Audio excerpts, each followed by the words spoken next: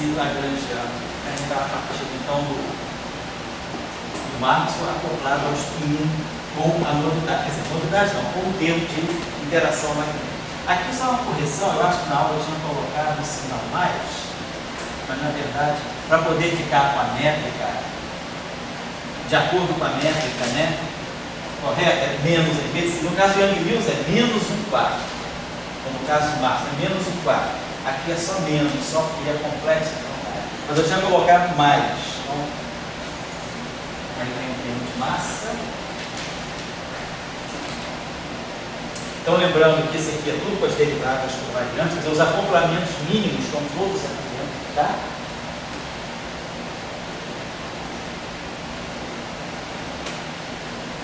E aí a gente tinha acrescentado aqui o termo de momento magnético. Mesmo que você fazer uma derivada covariante, não vai ter um campo de Mi menos a Mi menos C Mi. Sei. Mudaria alguma coisa? E se aqui dentro da minha derivada covariante tivesse um campo mágico? Sim, um campo mais. Ficaria tudo igual. Então, a única novidade que nós colocamos aqui foi esse termo aqui, que é o termo de momento magnético. Isso que a gente tinha trabalhado, aí a gente trouxe, né? Pegamos as equações, sobretudo, tínhamos trabalhado a questão da corrente global, da corrente local, para a gente vir passar, né? E sem esse termo, né? A gente sempre começa com a corrente global. A gente está com a corrente global, a gente passa a corrente local. Só lembrar aqui uma coisinha, né? Que as correntes estão aqui. Quando a gente fez o caso global, local, os acoplamentos mínimos estão aqui dentro. Então, essa corrente local, ela está saindo daqui. Mas a corrente global, ela se torna a corrente local desde que nós façamos a substituição das derivadas usuais, né, pelas derivadas covariantes. Quando a gente traz as derivadas usuais para as derivadas covariantes, automaticamente a corrente global fica a corrente local. Esse termo aqui é diferente, esse termo aqui é não mínimo. Então, esse termo aqui deu uma contribuição, não basta fazer a covariantização da derivada para chegar à nova corrente. Esse termo aqui, ele veio na hora que eu fiz a simetria ficar local. Ele está aqui, o F mini. Ele apareceu, mas ele não apareceu pela derivada covariante, pelos acoplamentos mínimos. Ele entra como um acoplamento não mínimo para acertar o momento de polo magnético. A gente já tinha explicado isso. Tinha explicado também que, na verdade, esse termo aqui, a origem dele, a gente pode retraçar ela na simetria SO2-1. Na verdade, esse termo aqui é um derivante da teoria não abeliana. Então, na simetria SO2-1, com a quebra da simetria, ou mesmo sem a quebra da simetria, esse termo aqui é gerado pelo acoplamento de Young-Mills. Esse aqui é o acoplamento cúbico do campo, WWA. Então, são 3 campos vetoriais aqui, 2 vetores de matéria e um campo de gauge. Mas é só lembrar que ele é um termo cúbico que vem de um modelo não abeliano. Então, dentro da teoria não abeliana, ele é um termo genuinamente não Young-Mills, é um termo, vamos dizer, mínimo, né? O acoplamento de Young-Mills, o autoacoplamento de Young-Mills mínimo, mas visto do ponto de vista da simetria 1, ele acaba parecendo ser um acoplamento não mínimo. E ele deu uma corrente para você. Qual é o caso do termo? W-mini, a minha mi. W-mini, a minha mi. Se você colocar assim, a minha mi, isso. Esse cara é mais complexo, né? Tá, mas se esse cara aqui, por exemplo, é antissimétrico, isso aqui é simétrico. Então, você é identicamente zero. Isso aqui é antissimétrico. Se a gente colocar alguma coisa assim, isso. Sim? Não, aí está demais. Porque se você colocar W mini, isso aqui é zero. Porque isso aqui é antissimétrico, isso aqui é simétrico. Não dá zero, não pode. Quer dizer, você poderia pensar, e se eu colocasse algo assim? Mas aí, esse aqui é invariante em gauge, mas isso aqui não é. Isso aqui é a minha. Porque às vezes pode aparecer no conjunto, não, se você colocar mais potenciais, aí sim. A presença de termos na corrida. Sei. O que significaria? A presença de quê? Do termo. O W com os A's. Do W com os A's. invariante de Gates, de uma certa maneira que ele fosse invariante de Gates. Não deixa muito de aula. Tá, mas vamos pensar. A gente pode pensar assim. A aula não vai ser muito longa, então a gente pode meditar sobre essas coisas. Deixa eu colocar aqui só para. Então, a corrente local, a gente viu que a equação de Maxwell, né, ou fonte, ela ficaria desse modo assim. Aqui fica nossa corrente local, e aqui fica o termo novo, né, que é o termo.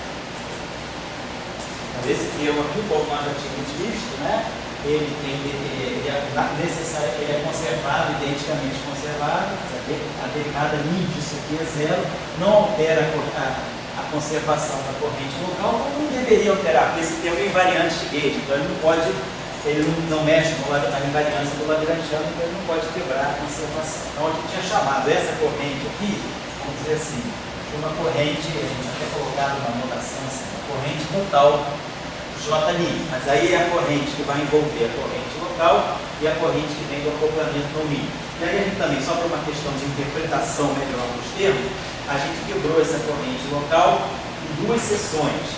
A gente pega a corrente local e escreve a corrente local como sendo a corrente global mais os termos que aparecem devido ao acoplamento μ. Então, a gente acabou escrevendo essa equação desse modo, por adotar essa forma.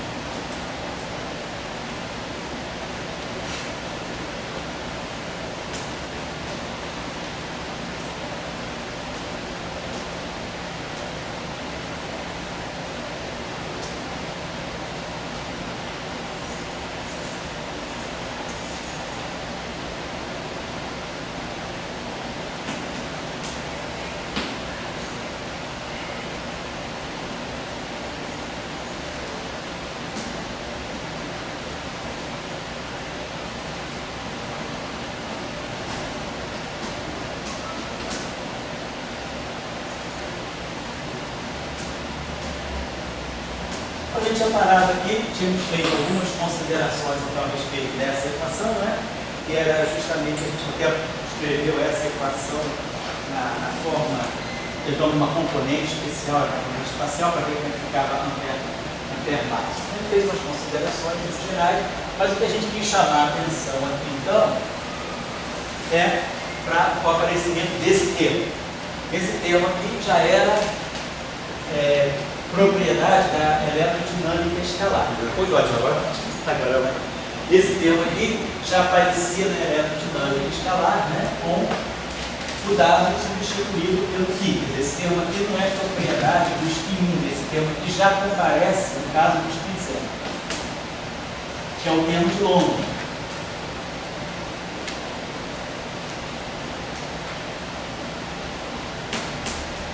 Esse termo aqui já comparece no caso do spin 0, que é o φ estático.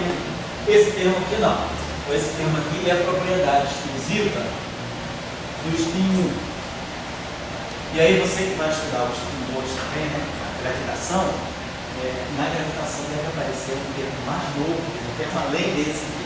Esse termo aqui está evidenciando o fato do spin ser 1. Ou seja, o fato do spin ser 1 está aqui, né, nesse acoplamento do crayon. Então, esse termo aqui é, vamos dizer, característico, né,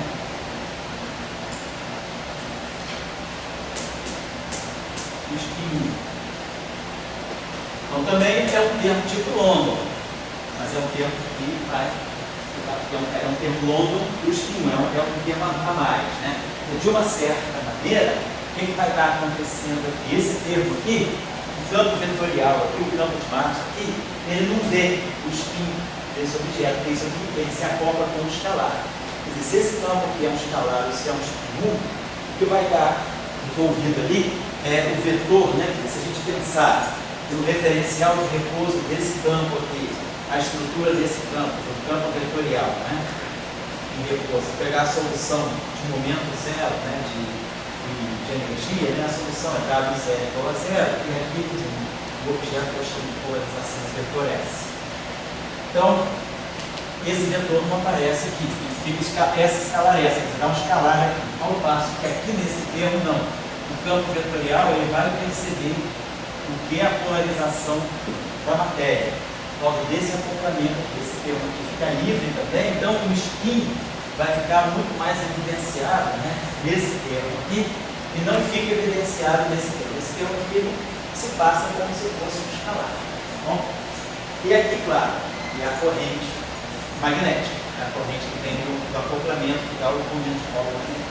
Então vamos dizer, a coisa ficou assim. Na aula passada, né, a gente derivou, ia derivar essa equação de campo aqui agora. Vamos olhar a equação do W. Então vamos dizer que a gente faça a variação em relação ao W estático. Então fazendo a variação, aqui tem as derivadas covariantes. Mas a gente já sabe que pode integrar por partes as derivadas covariantes. Só para lembrar aí uma coisa, o primeiro termo lá é WMI menos DI, WI estático. E aqui o WMI. Quando eu fizer a variação em relação ao W estático, esse termo aqui, esse aqui é antissimétrico. Então eu posso simplesmente botar um fator meio aqui, né? Esquecer esse cara aqui, né? Isso aqui é antissimétrico, eu pego essa combinação antissimétrica aqui, isso aqui vai estar dando duas vezes, né? Um meio disso aqui. Duas vezes isso aqui, né? Se eu pegar isso aqui antissimétrico, se eu pegar a parte antissimétrica disso aqui, vai dar um meio contra certo isso aqui. Então, quando nós fizermos uma integração por partes, essa derivada aqui, ela vai se deslocar para cá, ela vai estar atuando em algo assim. W está, W. Mas aí, esse objeto aqui é invariante de gauge. Então, essa derivada aqui é uma derivada usual. Então, esse termo aqui é um termo de superfície genuíno, por causa da invariância de gauge desse termo. Isso aqui é uma fase, a fase cancela aqui. Então, o único termo que vai sobrar aqui é essa derivada se deslocando diretamente para cá. Então, a gente vai ter esse termo aqui, ele vai jogar uma derivada para cá adicionalmente. Então, vai vir para cá, DI, WMI. Lembrando que aqui também o WMI com derivada covariante, né? Só para ressaltar bem que esse objeto aqui é.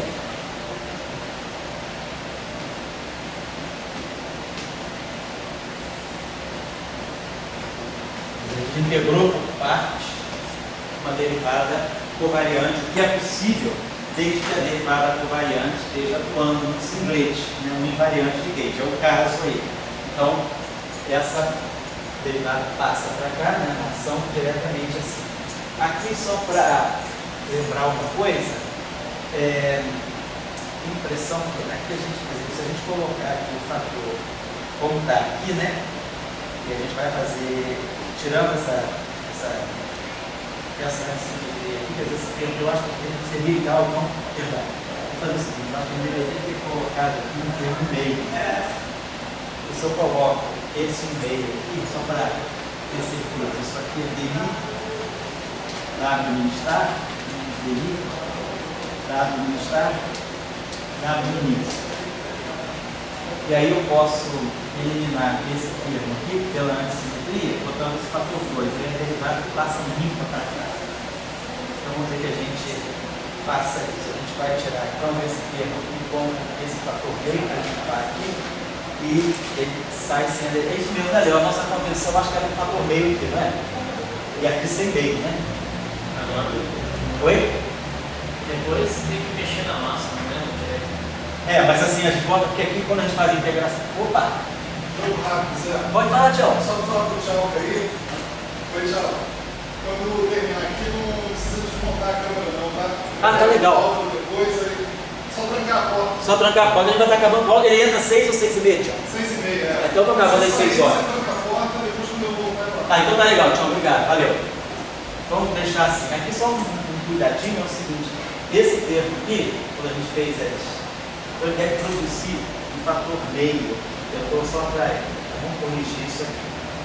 Quando a gente coloca esse termo, esse fator meio aqui, isso vai dar esse termo aqui sem o fator seletivo. Quando eu integro, faço a variação em relação ao dado que está, aí aqui vai aparecer um termo de massa. Vou colocar aqui para ficar certinho. E aí quando eu faço a variação em relação ao dado que está ali, aqui vem para cá, menos, que é vai cá. Eu vou jogar esse cara aqui, esse cara vai lá, então mais que é, perdão. E aí vai, vou variar em relação a esse, então o índice livre vai ser o I. Então W F. Esse cara vai variar aqui, então vai ficar contraído com o segundo, né? Vou colocar aqui F,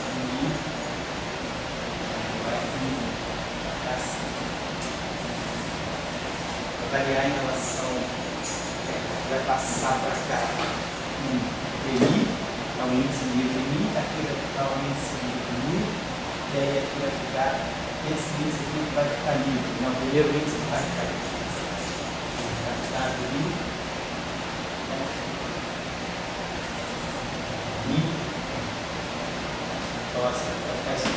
Então só variando, só pegando todos os dados e estados. Então esse termo aqui vai me deixar livre, no variar aqui vai ficar livre esse cara aqui, esse aqui continua contraído. Então a contração aqui no segundo aqui, o índice é esse, aquele lá o índice é esse, assim. Aqui só uma coisinha que eu tenho que ter cuidado é o seguinte. Já que apareceu esse meio aqui, na hora que a gente fez a variação em relação ao campo lá, esse fator meio aqui vai aparecer na expressão da corrente, né? Então isso aqui deveria dar para nós, que deve produzir um fator meio aqui, que deve cancelar com esse aqui, né? Esse fator 2 ele deve desaparecer, porque eu tenho esse fator de A. A corrente sai daqui. Quando a gente vai olhar em relação ao AMI, aqui eu vou produzir DI, FMI, o AMI vai estar, o termo linear em A vai estar saindo daqui com um fator meio, e o termo também vai ser, quer dizer, vai ter um fator meio em frente à corrente toda, só que não deve ter esses dois, aqui deve ter esses dois aqui, esses dois termos aí, e o termo da corrente global, na corrente global, teria que chegar para o colocar esse então meio para a gente não ter problema com esse fator meio.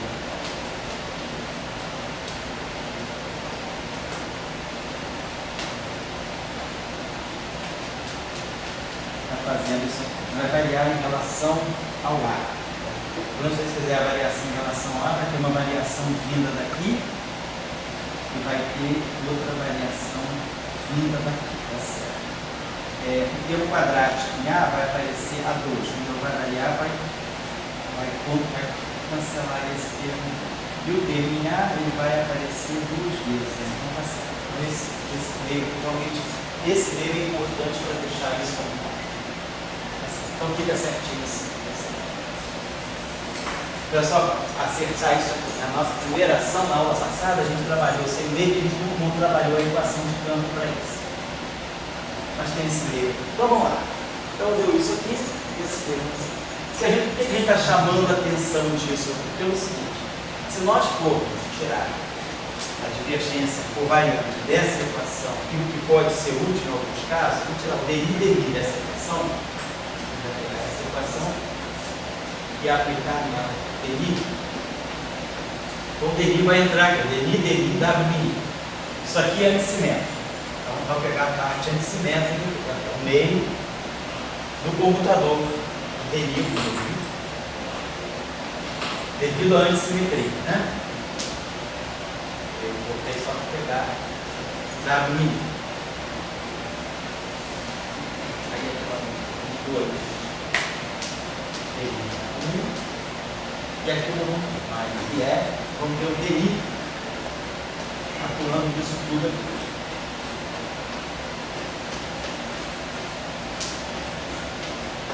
Certo? Então, esse termo aqui a gente já sabe, isso aqui me dá o IE, então isso aqui vai ficar um fator, produz o IE, e vai ter o fator 2 aqui, então a gente vai ter aqui um meio de IE, F mini, W mini. Produz aqui, o computador aí. Então esse termo aqui é real, né? Esse aqui está certo. Se tiver um complexo complicado, está certo. Aqui vai ficar o N2 dele, aqui não acontece nada.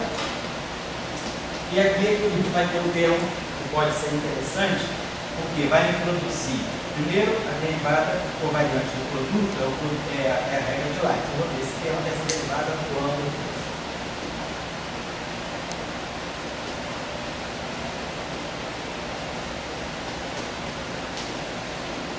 E depois essa derivada passa para cá. Só que essa derivada covariante vai atuar no singlete. Então, quando ela chegar aqui, ela vai chegar na derivada atual.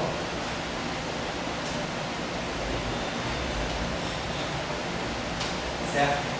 Se a gente quiser pensar também por que isso aqui a derivada automaticamente sai assim, é só pensar o seguinte: isso aqui é neutro, isso aqui tem carga. Então, esse objeto aqui é um objeto carregado com uma carga mais 1. Então, essa derivada covariante, ela tem que ser DI mais I é ali. O valor da carga entra aqui. Eu tenho que colocar I é e ali, atuando nessa combinação. W, F, só que a carga desse objeto aqui é igual à carga do W.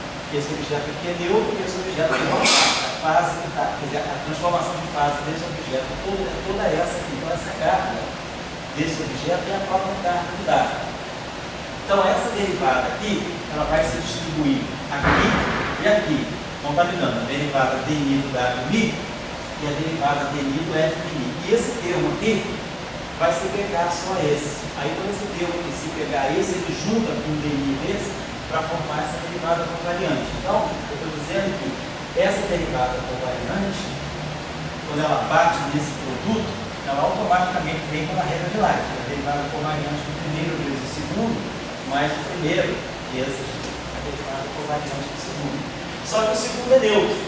Como ele é neutro, a carga dele é zero. Então, não tem esse termo. Então, aqui aparece o próprio DI. E aí a gente vê que está escrito nessa relação.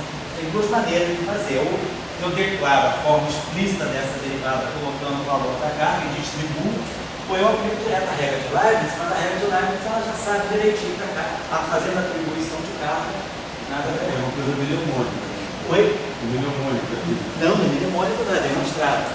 Não, você levantou para a maneira primeira. Na segunda tem uma maneira da derivada de escrever isso, a gente já tinha mostrado em outros cursos. Nós nessa aula assim, sempre que a derivada covariante estiver atuando em cima de uma coisa que seja singlete, ou seja, um invariante nele, a derivada covariante fica sempre a usual. Por quê? Porque a carga é zero. A derivada covariante é isso aqui. Ela vai saber o sinal, ela vai saber a carga de quem ela atua, sobre quem ela atua. Porque se eu tiver um objeto que é um singlete, a carga é zero. Então a derivada covariante automaticamente fica a carga usual. Então, quer dizer, quando essa derivada covariante está atuando nesse produto, ela já está sabendo que a carga desse produto aqui é a própria carga do W. Então, quando eu definir quando eu atuar essa derivada aqui, ela já sabe que ela vai trazer a carga do W, ela já sabe que ela vai ter isso. Aí essa derivada aqui eu distribuo pela regra de Leibniz. Essa aqui simplesmente eu acrescento. Só que essa derivada vezes isso, mais isso, vezes isso, se junta aqui. E aí sobra só essa derivada para atuar aqui. Quer dizer, isso é fazendo a forma explícita da derivada, mas se eu não fizer a forma explícita da derivada, a gente já sabe que a derivada covariante do produto, né, é a regra de Leibniz, desde que a gente coloque as atribuições de carga corretas. Sendo que esse cara aqui não é, esse cara tem carga, esse cara não tem. Então a carga desse total é a carga desse. Mas se eu tivesse, por exemplo, já tinha mostrado, se eu tiver um campo psi 1 e um campo psi 2 com cargas diferentes, tá?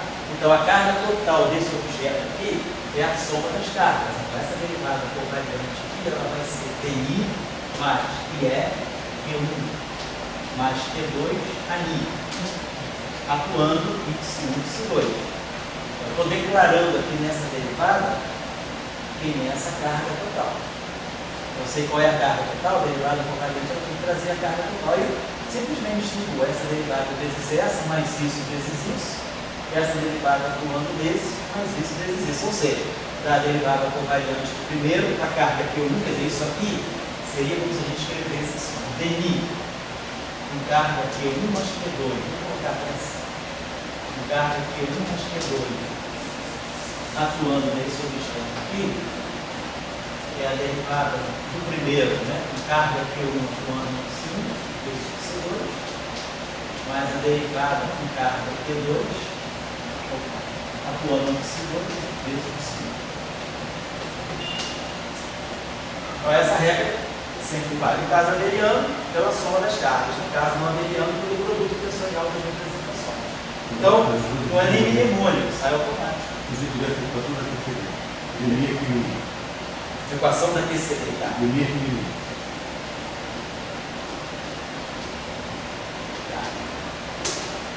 Young-Mills. né? Young-Mills. Tá. Aí você gosta do menino, aceitar, né? Não, a representação de junto. Né? Não é assim, ele não é neutro. A representação de junto.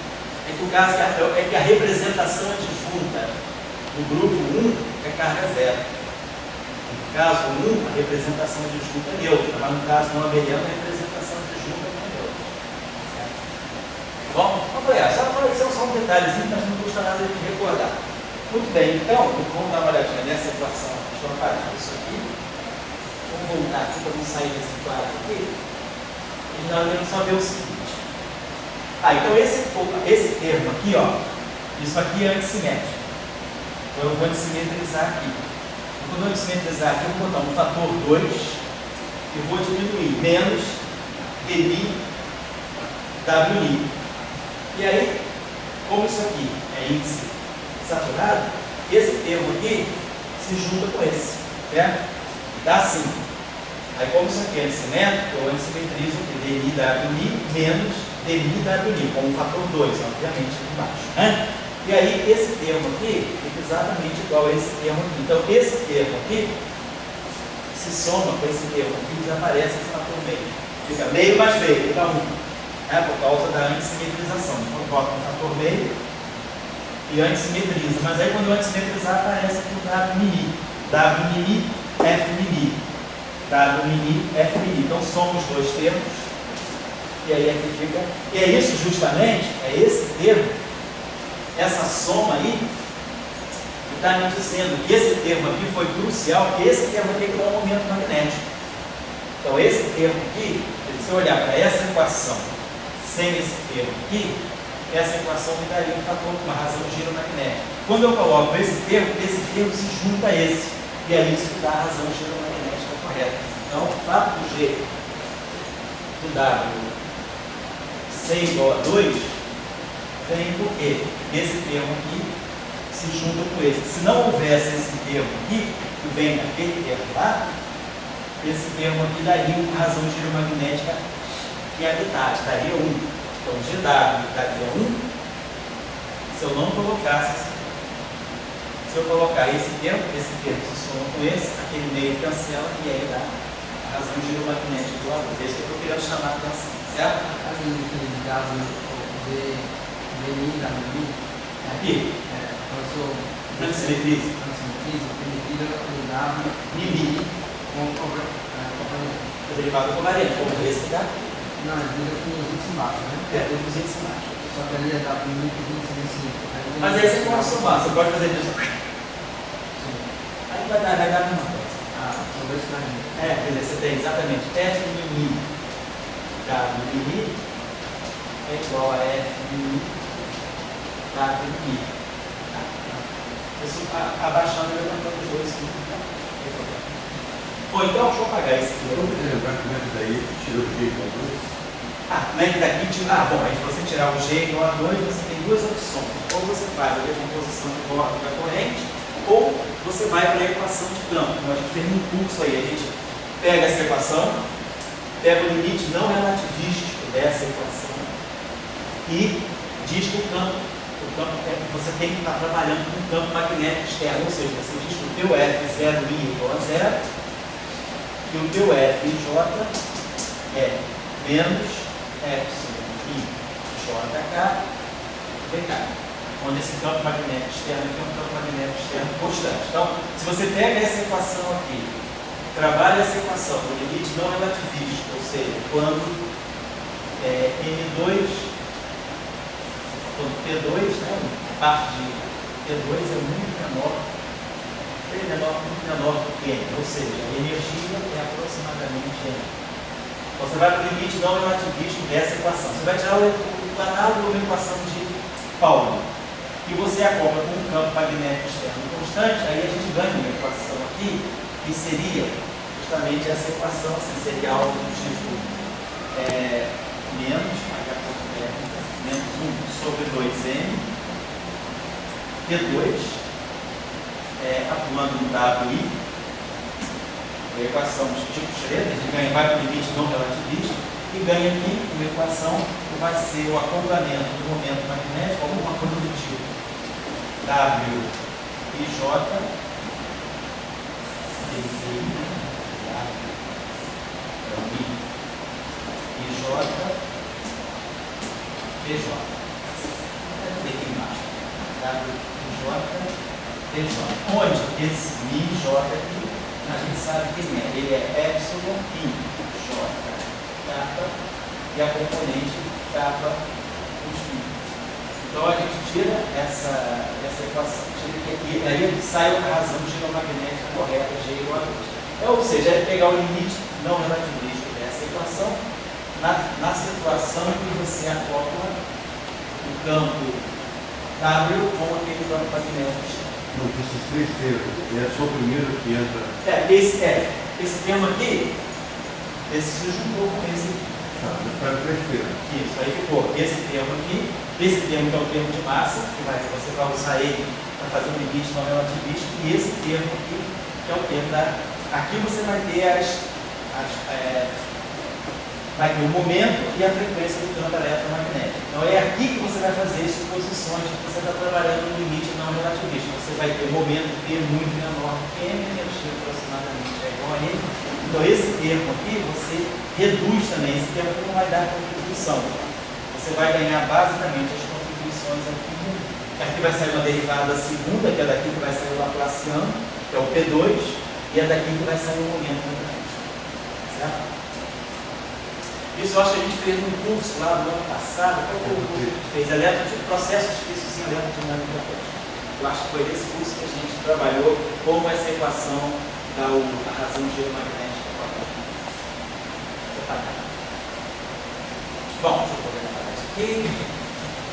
Vou retomar essa equação aqui só para a gente botar ela de uma forma melhor aqui, para ser o seguinte.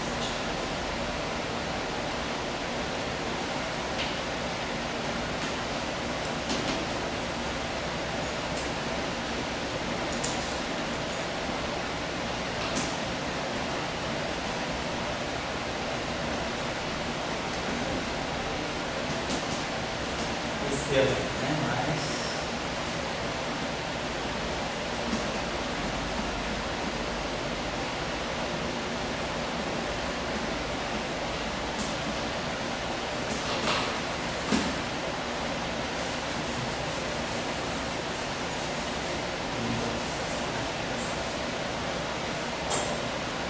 então a gente ganhou uma, porque essa equação aqui ela é importante para nós, porque, por exemplo, no caso livre, né?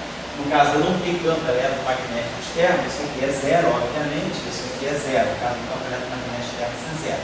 E essa equação aqui é a equação que me dá a condição subsidiária, aquela derivada covariante fica a derivada pessoal, e aí a gente tem M2 derivado I igual a zero. Então, no caso livre, essa equação simplesmente está me dizendo que esse campo aqui se comporta como um campo de troca. A quadra de divergência dele é zero, então está dizendo que a parte longitudinal dele está desacoplada. Agora, claro, estou trabalhando não no caso livre, no caso acoplado. E aí a gente tem que enfrentar esse termo aqui. Quem é esse termo? Então, esse termo aqui, ele sabe de 5. Então, vamos botar isso aqui só para a gente ver. Então, pessoal, bom, queria chamar a atenção de duas coisas aqui separadas, né? A primeira é essa equação. Essa equação aqui vai me dar as configurações de campo. Então, se a gente quiser saber, por exemplo, qual é o campo magnético que é gerado por uma corrente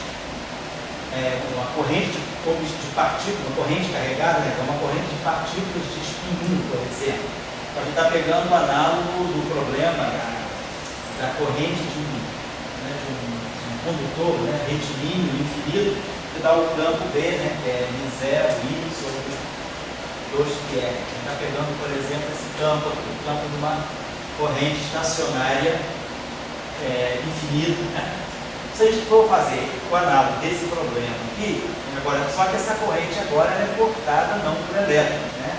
Não é mais essa corrente aqui, esse barrado, gama, psi, né? Alfa de si, não é mais essa corrente aqui, independe, deixa eu observar, olhando aqui, essa corrente aqui não dá nenhuma contribuição nem para esse termo, nem para esse termo.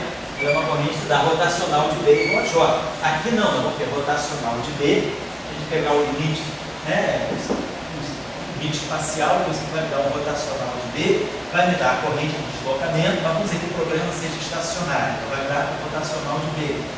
Só que aqui vai aparecer o potencial vetor A. E aqui também vai aparecer o acoplamento potencial vetor A com esses índices aqui.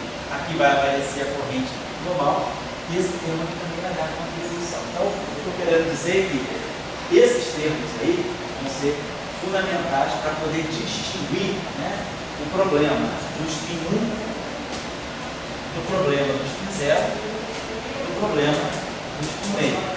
Então, as interações eletromagnéticas desse cara aqui não tem nenhum desses termos aqui. Tudo livre.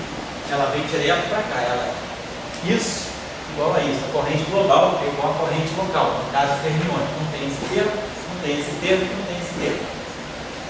No caso escalar, a gente não tem esse termo. Claro, não tem esse termo. Mas tem esse termo, é o termo de Londres. Agora, no caso vetorial, a gente tem todos esses termos aí. O que o Léo está calculando aí com os colegas, né, com o Pedro, é a forma do potencial, não olhando as equações de Maxwell, o potencial devido à troca de fórmulas. Quer dizer, aqui a gente está fazendo uma análise clássica, uma análise em que nós estamos pegando essa equação de campo do dado e a equação de campo do fóton. O fóton está satisfazendo a equação de Maxwell. Então não é o fóton quântico, não é o fóton que é trocado pelo próprio, não é o fóton virtual, é o campo eletromagnético real. O problema de calcular o potencial a partir de uma teoria de campo, basicamente, que a gente tem interação corrente trocando fótons, interação corrente trocando fótons. Então esse cara que está aqui é o fóton, é o propagador, então é alguma coisa off-shell, é uma análise off-shell, semiclássica. Aqui não. Aqui a gente está fazendo uma discussão meramente clássica, eu estou pegando as equações de Maxwell, o fóton satisfaz uma equação de movimento, o fóton não, o campo eletromagnético, e o campo de matéria, que gera carga, também satisfaz as suas equações de movimento. Em geral, quando a gente tira o potencial eletromagnético entre correntes, né, de matéria, a gente tem as correntes como objetos clássicos no sentido de que satisfazem as equações de campo. A gente tem as correntes on-shell. E aí a gente troca fótons off-shell. Então não é essa a distinção aqui. Então esse fóton aqui não satisfaz as equações de Maxwell. Porque a gente está dizendo uma outra coisa. Estou querendo calcular realmente a configuração clássica de campo eletromagnético gerado por essas correntes e por essas distribuições de carga de estímulo. Isso que a gente vai explicar. Então, isso me permite, por exemplo, pegar esse objeto que satisfaz essa equação aqui. Então, vamos lá.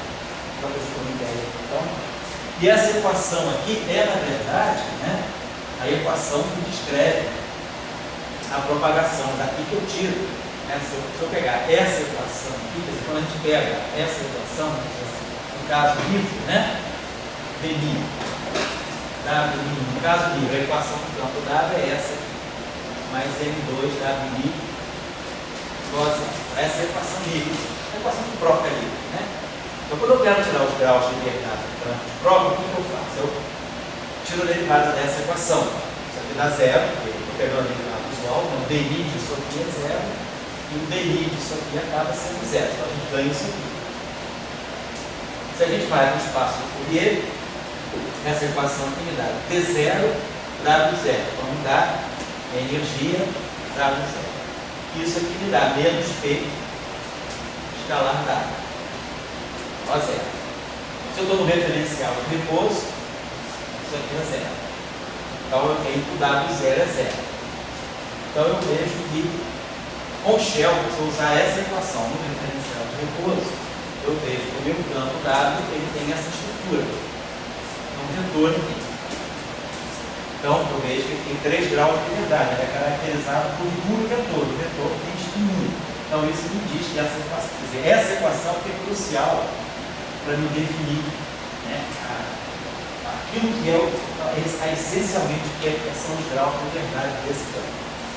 Então, vamos olhar essa equação, que é essa equação. Agora, é essa equação, só que não no caso livre, no caso acoplado do campo eletromagnético. Então, esse termo aqui, ele está ligado de novo ao próprio campo d'água. Vamos colocar essa equação aqui para a gente ter uma ideia só do que vai acontecer.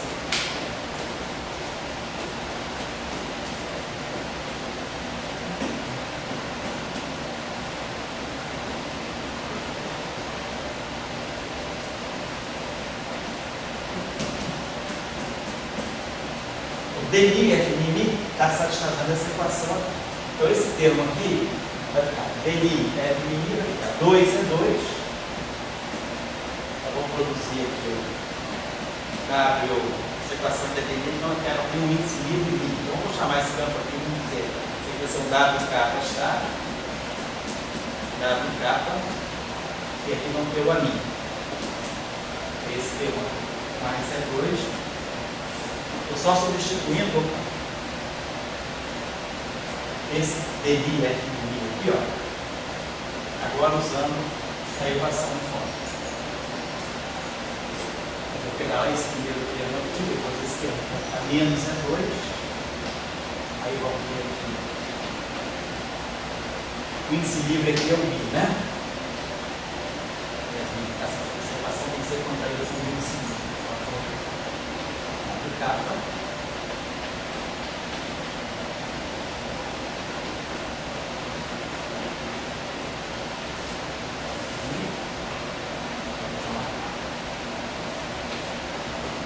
Então, esse termo aqui é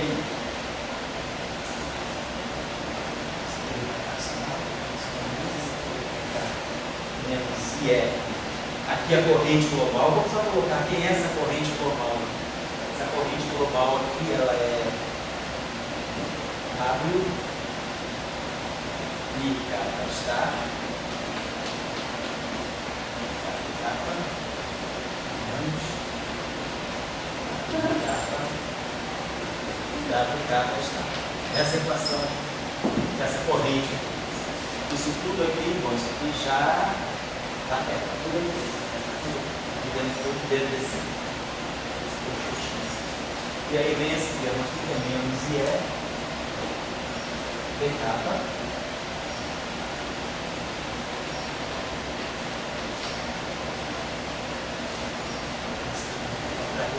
esse cara aqui essa equação, nós conseguimos era μ. Então, é esse aqui que é o μ, esse aqui está contraído. Agora D capa, W capa.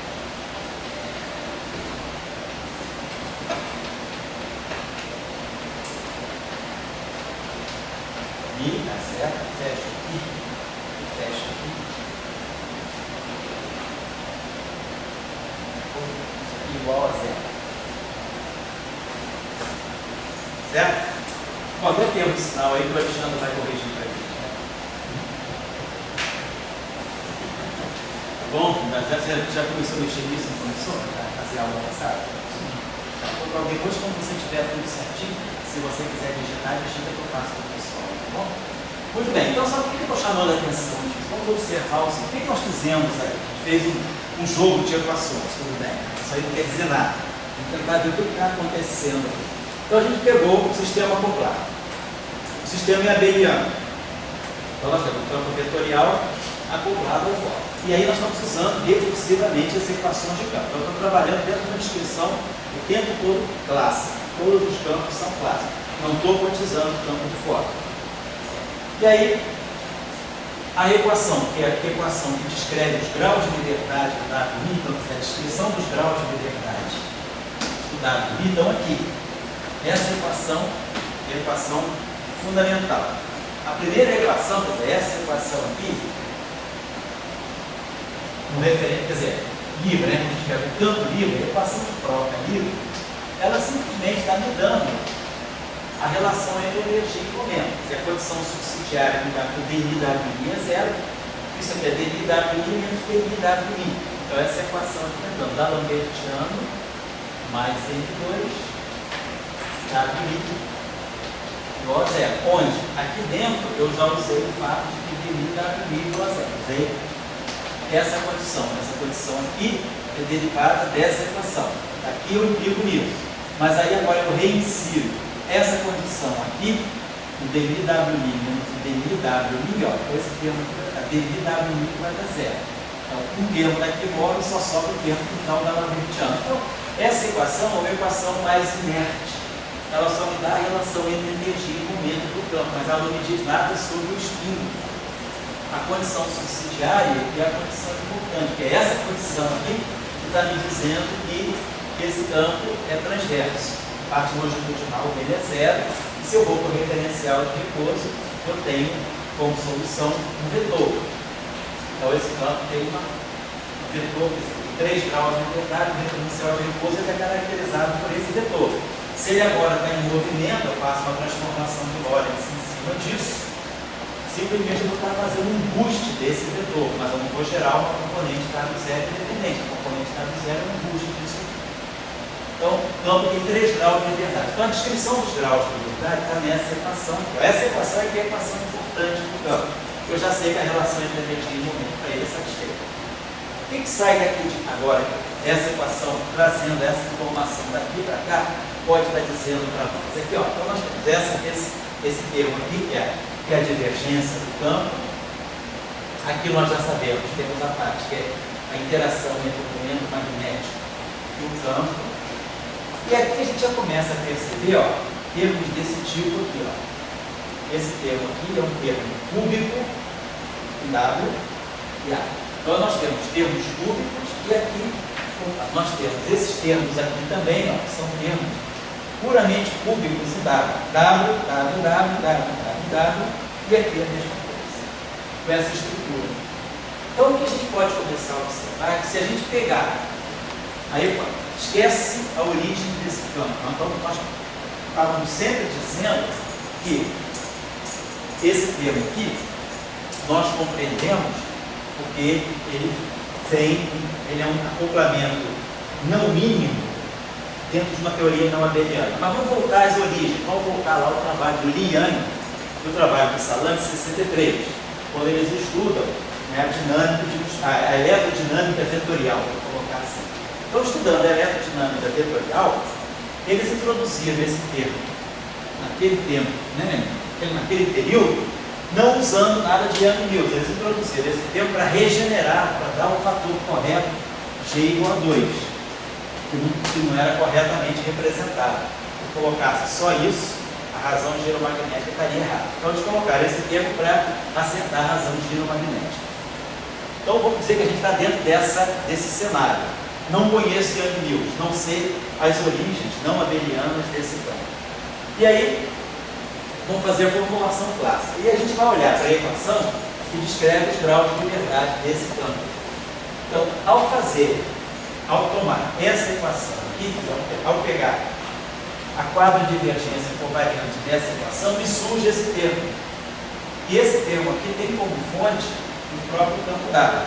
E aí a gente começa a perceber que se eu só estou dentro dessa visão, não sei nada de teoria não avaliando, eu começo a ver que essa equação, ela começa a me trazer termos que não são só termos. Esse termo aqui é um termo muito simples, porque ele é o acoplamento do dado, é o campo magnético, ao campo eletromagnético externo. Então, se eu zerar o campo eletromagnético externo, esse termo aqui desaparece. Agora, esse termo aqui é um termo importante. Esse termo aqui também, se eu zerar o campo eletromagnético, desaparece. Mas esses termos aqui não. Ó.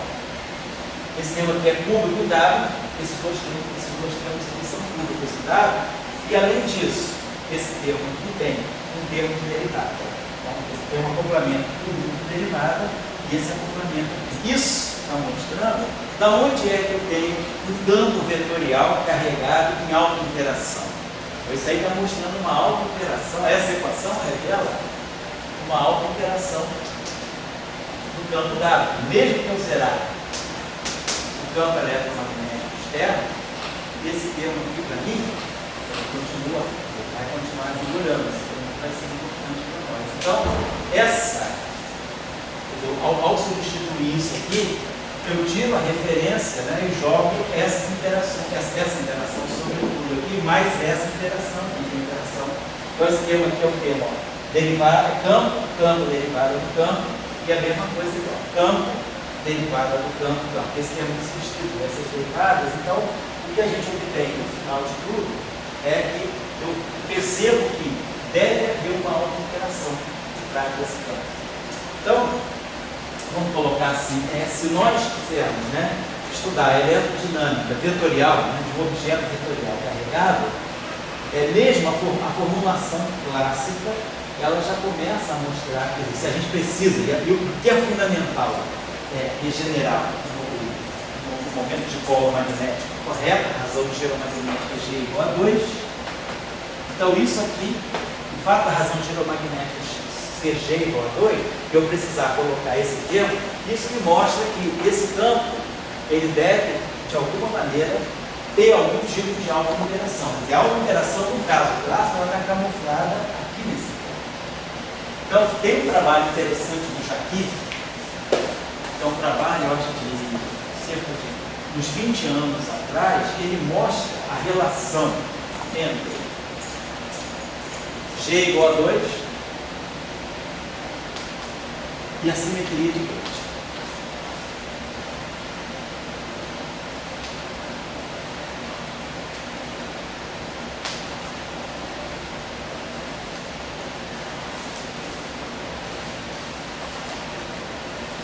Então ele mostra que tem uma relação, vamos dizer, conceitual importante entre nós termos objetos com spin maior do que meio,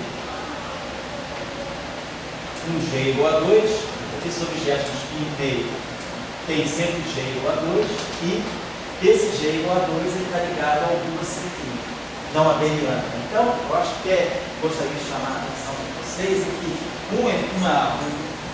um aspecto interessante é que essa eletrodinâmica, mesmo sendo uma eletrodinâmica maxwelliana, o fato dela ter sido corrigida por esse termo aqui, por essas razões, mostra que por trás de um campo vetorial carregado, a gente tem realmente uma estrutura não abeliana. Que claro, nessa época as coisas não foram vistas, porque a teoria de Young-Mills ainda não estava muito consolidada na comunidade, mas naquele trabalho do Salam e do Li Yang, um pouco mais de manipulação. A gente faz isso hoje porque a gente conhece as teorias de Young-Mills e a gente sabe que isso vem de uma teoria de Young-Mills. Mas mesmo sem saber que isso vem de uma teoria de Young-Mills, o fato de colocar aquele termo que garante o G igual a 2 já mostra que nos bastidores desse campo eu deveria ter uma estrutura não abeliana. Então, por trás do campo vetorial E é um pouco a reflexão que o Lee Yang coloca no trabalho dele lá no final. E por trás do campo vetorial eu deveria ter alguma coisa mais fundamental. Eles não conseguem chegar ao resultado final, mas o que aparece depois é que esse campo aí provém de uma teoria não abeliana. Então, basicamente, né, a origem, a gente aí agora pode fazer as coisas como a gente construiu. A gente sabe que aquele termo vem de uma formulação não abeliana e a formulação não abeliana fica clara, tá aqui. Eu tenho uma equação de campo para o W. Se eu retirar o campo eletromagnético, eu começo a ter termos aqui de alta interação. Foi. Esse termo, só uma coisa, o senhor utiliza essa equação que vem da condição subsidiária. Essa equação. Usa o DNI FMI. E vem lá. E vem da própria equação. A interação do campo eletromagnético virtual dentro da completa. Isso. Aí depois, quando você chega na equação de campo já, a interação reiterada, duas vezes, quer dizer, a primeira vez achou, aí depois pegou outra equação de uma vez. Isso. Aí você pega e cai no campo eletromagnético de C0. Aí diz que ainda assim vai existir termos de alta interação. Vai dizer para você. Porque por quê? para chegar nesse resultado, então, para chegar nesse resultado, você tem que considerar que existe um campo eletromagnético. Então, isso que o senhor achou ali foi com o FMI. Aí é válido eu chegar bem ali depois de, não, vou zerar o FMI, mas sendo que aquela equação que eu utilizei para chegar bem aqui, isso pressupõe que existe um campo eletromagnético. Mas depois no final você vai dizer que é eletromagnético. Isso não poderia invalidar. O campo eletromagnético entra para te dar alguma coisa, mas no final, se você tira ele, você percebe a alta interação. Porque justamente o campo eletromagnético ele está fazendo, ele está, vamos dizer assim, ele está de uma certa maneira mediando para você, revelando para você essa alta interação. Eu acho que é essa que é. Quer dizer, então se você tem uma partícula carregada de spin 1, ela tem razão de giro magnética G igual a 2. Claro, a razão de giro magnética só aparece se você coloca um campo eletromagnético externo. Se você coloca um campo eletromagnético externo, você automaticamente vê o momento magnético da partícula. Mas mesmo que você não colocar, ela tem essa propriedade intrínseca. A partícula tem o spin 2, ela tem carga, ela tem massa e ela tem spin, então ela tem momento magnético. Isso fica revelado aqui. Quer dizer, o campo eletromagnético ele é usado apenas para você ver isso. Você medir, claro, para você medir isso tem que colocar um campo magnético externo. Mas isso não significa que a partícula não tem. Então, se você tira o campo magnético, a partícula continua a ter o momento magnético. Apenas você não está medindo ele, mas ela tem. O momento magnético é o resultado do spin, da carga e da massa. A combinação dessas três coisas que te dá o magnetismo, né? Você tem a carga, tem o H torcado que vem do spin e tem a massa. E aqui você tem o spin. Mas você tira o momento magnético. Então, se você tira o campo eletromagnético, você tirou a carga, você tirou o campo eletromagnético, a partícula continua com o campo com o momento magnético dela. Então, você usa o campo eletromagnético para fazer a medição. Mas se você não colocar o campo eletromagnético externo, a partícula da mesma forma continua com o momento. Então, o momento magnético dessa partícula de spin 1, ele deve estar garantido. O fato dele ter G igual a 2 deve estar atribuído a algum caráter não abeliano que ela tem, algum caráter de alta interação. Se desde que você não tivesse você não ia ver isso. Se tivesse FMI, aquele termo não existia. Não existe. Se não existia, não tivesse equação. Então, por isso que eu estou perguntando se essa equação é válida quando não tem FMI. Isso. Ela, aparentemente, o resultado é esse. Você, se eu não colocar o FMI, eu não vou ver. Mas o que eu estou dizendo é isso. O campo eletromagnético revela. Mas, no final da cadeia, ele pode ser colocado igual a zero. Ele serviu para te trazer uma coisa que, no final, você tirando ele, você não consegue eliminar essa coisa. Você não consegue eliminar. Não, mas ela não foi essa coisa, só apareceu porque ela foi isso. Sem o campo eletromagnético, você não veria isso. Quando você tira ele. Mas aí a alta interação fica. Em algum momento ele pode ser disponível. Claro, para você medir, você precisa do campo eletromagnético. Sem ele, você não pode momento magnético. A alta interação é um pouco nisso. Ela é um pouco. Você às vezes pode colocar um campo e aparentemente que aquele campo ele pode mostrar para você que não existe. Deixa eu dar um exemplo simples aqui. Mas esse termo ali é como se fosse como se antes você não ter FMI, não existisse termo. Então, Não, esse termo existia. Antes de você ter o FMI, Como é que mostra que ele existia? Porque se eu só consigo mostrar que ele existia, supondo que o FMI existia. o fato da partícula ter espinho, ter carga, ter massa, diz que ela tem momento magnético. Então, o fato dela ter momento magnético, eu não preciso ligar o campo magnético para saber se ela tem momento. Eu preciso ligar o campo magnético externo para medir o momento magnético. Mas se eu não ligar o campo magnético externo, para o elétron, se eu não colocar o elétron no campo eletromagnético externo, ele continua tendo espinho, ele continua tendo carga, ele continua tendo massa, então ele tem momento magnético. O campo eletromagnético externo serve apenas para você medir, mas não serve, ele não revela para você. E você mede, claro. Se você mede, você revela. Mas se você não quiser medir, e você sabe que a partícula tem um campo eletromagnético, tem um momento magnético, por exemplo, nesse caso, por causa dessa alta interação. Oi?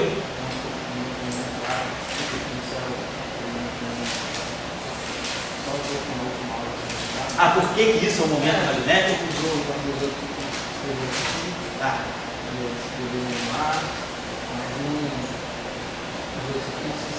Por que isso é um momento magnético? Isso. Você não entende ou você não sabe fazer? Uma coisa é não entender, outra coisa é não saber reproduzir. Não, sabe fazer depois de entender. Se eu não entendi, eu estou olhando saber fazer. Mas você sabe fazer? Não posso dizer que sei fazer porque eu não entendo. O que você não entende? Eu não entendo esse passageiro daqui para cá como natural simplesmente. Não, eu não entendo esse passageiro para cá. Então, deixa eu botar aqui no quarto, vai do 2.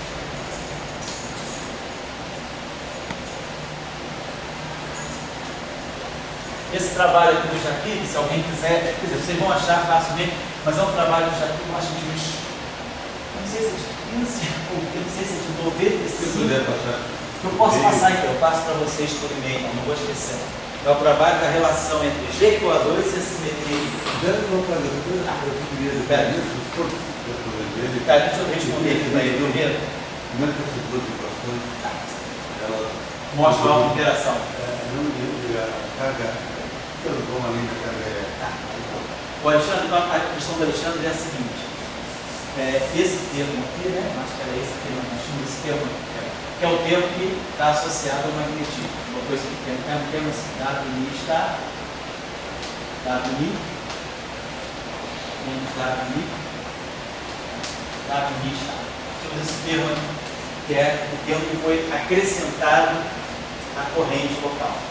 E aí eu falei assim, a gente pode escrever esse termo aqui do seguinte modo, a gente pode escrever isso aqui como sendo um WK está, esse que eu fiz, um sigma K lambda, aqui elemento mini, e aqui um W lambda. Já falo assim, esse termo aqui, eu posso escrever dessa forma, sabe, está aqui claro, tem um IE, né? Sabendo que esse objeto aqui, que é o gerador das transformações de Lorentz, o gerador das cargas, né, conservadas pela simetria de Lorentz, né, elemento mini, ou seja, o gerador do grupo de Lorentz na representação vetorial. Então esse termo aqui ele é menos I, eta kappa mi, vou botar só eta lambda mi, menos eta kappa mi, eta lambda mi. Então, se a gente substitui esse termo aqui, esse primeiro termo aqui vai dar um W em cima, não complementa. Fazer o seguinte, eu quero botar assim.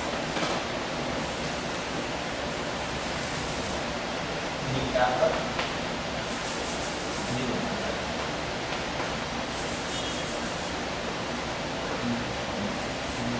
Mi kappa, mi lambda. Tá só, então, estava só dizendo isso. Nós estamos escrevendo esse termo aqui desse modo, onde esse objeto aqui é isso que está aqui. Isso que está aqui, o que é?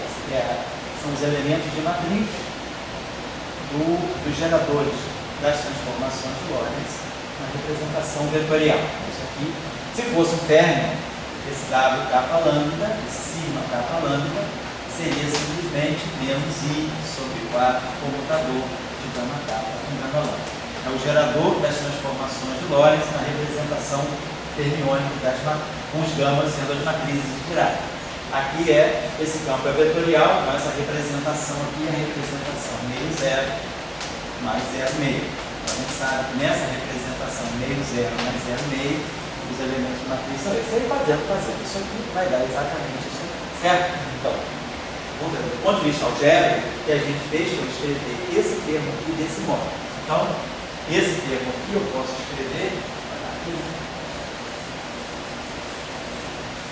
como sendo IE DI, você tira esse I aqui, que o I já está dentro do gerador, pode botar esse E DI aqui, e aqui eu estou escrevendo isso como sendo W,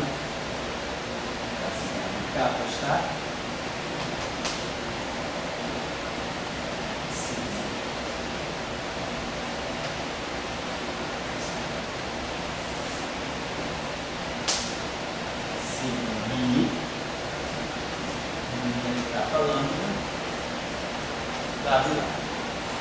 então, se nós usarmos aquela prescrição para quem são esses elementos de matriz desse objeto, colocar isso aqui, e essa corrente toda aqui, ela pode ser escrita desse modo, certo? Então, esse termo aqui é o termo que está te dando campo, carga, são geradores, né? Campos geradores. Opa, se tivesse um professor entrar ainda dando tempo, então a aula começa às 6h. Então, a gente tem isso aqui. Esses geradores aqui, quem são esses objetos? São geradores do grupo de Lorentz. Se eles são geradores do grupo de Lorentz, eles são as matrizes de spin. Quem é que gera o grupo de Lorentz? As matrizes de spin. Então, isso aqui é campo, spin campo, esse bilinear aqui. Então, isso aqui está te dando, na verdade, né, uma distribuição, como se fosse o valor médio do spin. É o operador de spin sanduichado no campo. Isso aqui não é um campo quântico, né? Por exemplo, isso aqui é um bilinear. Classicamente, o que a gente está fazendo isso aqui é como se fosse uma densidade de spin no campo. É a densidade de spin do campo. A densidade de spin do campo vezes a carga, e isso aqui, acoplado ao campo magnético, isso deve dar para você o acoplamento do momento magnético com o polo magnético. Ou seja, isso aqui é a interação de momento de polo magnético. Essa aqui é a interpretação física. Então, você não entendeu o quê? Fazer essa transferência, assim, essa passagemzinha matemática, ou o significado que está por trás da coisa? Isso. E você usa os geradores do grupo de Lorentz na representação vetorial. Aí substitui a expressão, você mostra que aquilo pode ser colocado dessa forma. E agora você tem uma interpretação física para isso. Então, os geradores do grupo de Lorentz são as matrizes de spin. Se você pegasse o caso fermiônico, isso aqui estaria dando para você exatamente isso aqui. No lugar do W star, o W kappa barrado, um W barrado alfa. No lugar do sigma mi, ia estar o computador de gama mi e gama li.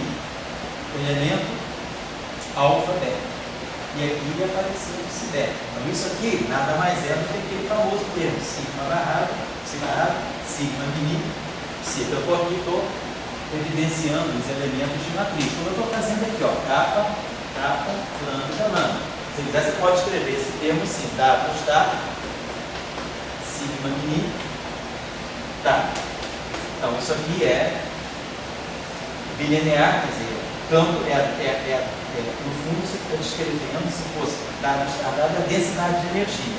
Aqui você tem a densidade de spin do campo. Então, esse objeto aí está representando o que o campo carrega de spin, aqui é a corrente de spin. Isso aqui vai estar acoplado com o campo magnético para te dar a interação magnética, a interação devido ao momento magnético intrínseco do campo. É isso que está acontecendo, certo? Eu